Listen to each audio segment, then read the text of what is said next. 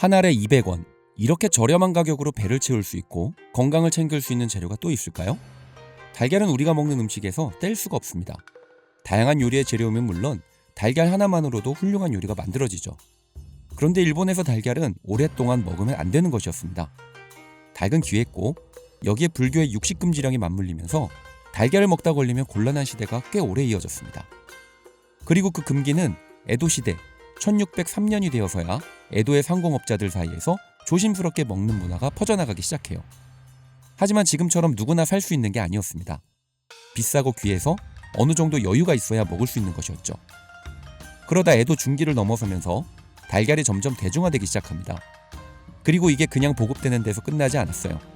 1785년 타마고 햅구진이라는 달걀 요리 103가지가 담겨있는 베스트셀러 요리책이 나오면서 달걀 요리 문화가 폭발적으로 발전합니다. 수많은 달걀 요리가 생겨나고 다듬어지고 각 지역에서 조금씩 다른 방식으로 진화하면서 말이죠. 그리고 약 80년이 흘러 1860년대쯤 에도 막부가 끝나고 메이지 시대가 열리면서 지금처럼 사각팬으로 층층이 말아내는 타마고야끼 형태가 정립이 됩니다. 메이지 시대에는 도시락 문화가 폭발적으로 성장하는데 이때 계란말이는 도시락의 고정 반찬으로 자리를 잡게 되죠. 그리고 1960년대 달걀은 일본 사람들한테 완전히 다른 의미를 가지게 됩니다. 거인, 다이호, 계란말이. 당시 일본에서 아이들이 제일 좋아하는 세 가지를 나열한 말입니다. 요미우리 자이언츠, 스모 챔피언 다이호, 그리고 계란말이. 야구팀이랑 스모 영웅이랑 계란말이가 같은 레벨로 묶였죠. 요즘으로 따지면 손흥민, BTS랑 계란말이가 같은 인기였던 겁니다. 사실 일본은 2차 세계대전이 끝난 직후 먹을 게 없었습니다. 모든 게 폭등을 했죠. 그런데 달걀 가격만큼은 안정적이었습니다. 그리고 가장 저렴하게 단백질을 보충할 수 있는 거의 유일한 방법이었죠. 그렇다 보니 그 시절 아이들한테 계란말이는 도시락 반찬으로 나오는 날은 학교 가는 게 즐거워지는 음식이었고 고된 일을 마치고 돌아온 아버지 술상에 올라온 음식으로 내일도 버티자 하는 그런 음식이었습니다. 그래서 지금도 일본 사람들한테 계란말이는 단순히 반찬이 아니에요. 소울푸드이자 기억이고 냄새고 어린 시절이죠. 하지만 이 타마고야끼는 일본 전체가 같은 방식으로 만들지는 않습니다. 도쿄 관동 지역에서는 육수를 적게 넣거나 넣지 않고 설탕과 간장을 많이 넣어 달콤하고 진한 맛이 납니다. 색이 짙고 달달하고 묵직하고 표면이 살짝 그을려도 괜찮습니다. 이걸 아치야끼 타마고라고 하는데요. 질감은 단단하고 묵직해서 초밥이나 도시락에 많이 사용되죠. 교토 관서 지역은 완전히 달라요. 설탕을 거의 안 넣거나 아예 뺍니다. 간장도 진간장이 아닌 연간장, 우스쿠지 간장을 사용하죠. 색이 탁해지면 안 되고 그을림은 절대 안 됩니다. 교토 요리의 철학이 여기서도 나와요. 재료 본연의 색을 최대한 살리는 것, 화려하게 보여주는 게 아니라 절제 속에서 깊이를 드러내는 것. 계란말이 하나에도 그 철학이 들어가 있습니다. 이걸 다시마끼 타마고라고 합니다. 짭짤하면서도 감칠맛이 좋고 매우 부드럽고 촉촉합니다. 술안주나 고급 요리의 곁들임 음식으로 사용이 되죠. 그리고 다시마끼의 핵심은 이름처럼 다시, 국물입니다. 가쓰오부시와 다시마에서 우려낸 국물을 계란 안에 최대한 많이 가두는 거예요. 한 입 베어 넣으면 육수가 왈칵 터져나오게 말입니다. 계란이 국그릇 역할을 하는 거죠. 타마고야끼는 정답이 있는 것이 아닙니다. 그래서 저는 오늘 관서식을 베이스로 하는 다시마끼에 설탕을 넣어서 달달한 맛을 더하는 관동식을 추가한 하이브리드 방식으로 만들어 볼게요. 그럼 시작해 볼까요? 먼저 다시를 만들어야 하겠죠? 다시 만들기는 간단합니다. 물 1리터에 다시마 10g, 가쓰오부시 20g을 준비합니다. 찬물에 다시마를 넣고 약 70도 정도까지 온도를 높이고 30분 정도 우려줘요. 온도가 높으면 안 됩니다. 그리고 다시마를 건지고 여기에 가쓰오부시를 넣어서 2분 내외로 우려줍니다.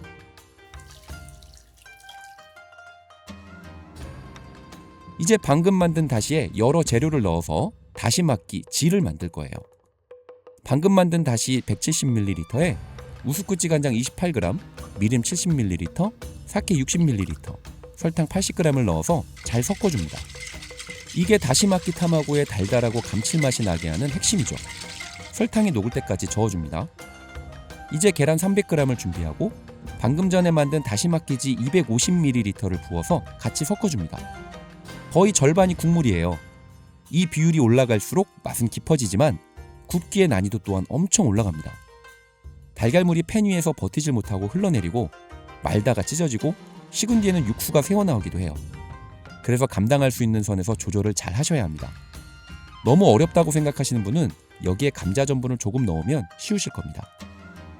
다 섞은 뒤에는 고운 채반에 걸러서 풀리지 않은 알끈도 정리를 해주세요. 이제 팬을 달궈주고 본격적으로 다시마끼를 만들어 볼 건데요.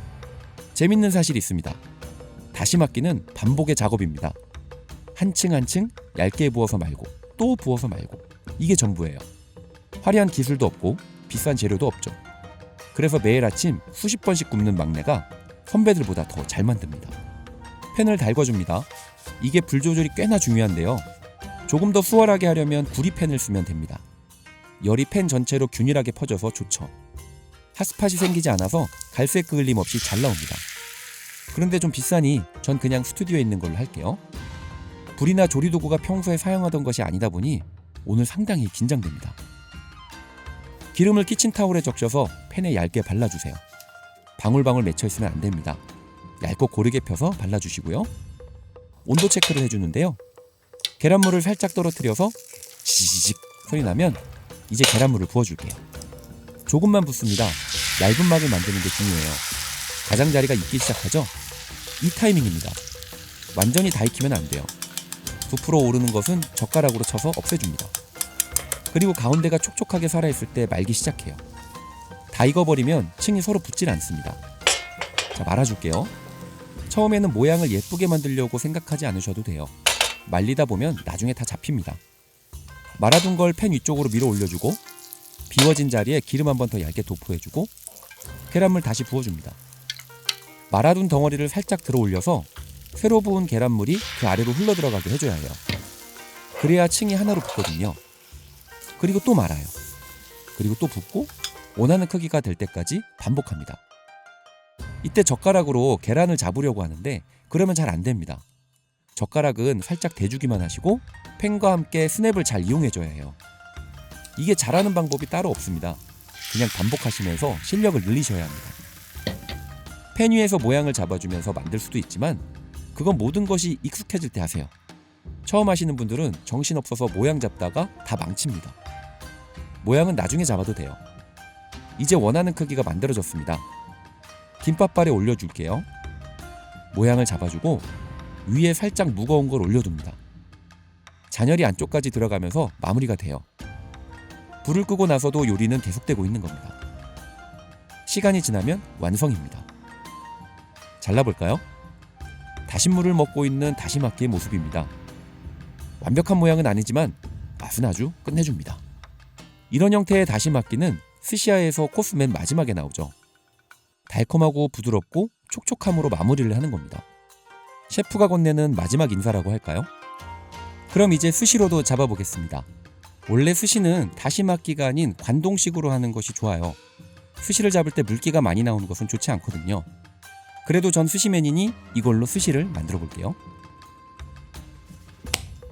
살이 쥐고 타테가이시 방법으로 스시를 지어줍니다. 그리고 계란초밥은 네타가 밥에 붙지 않기 때문에 김을 둘러줘요. 타마고 스시 완성입니다.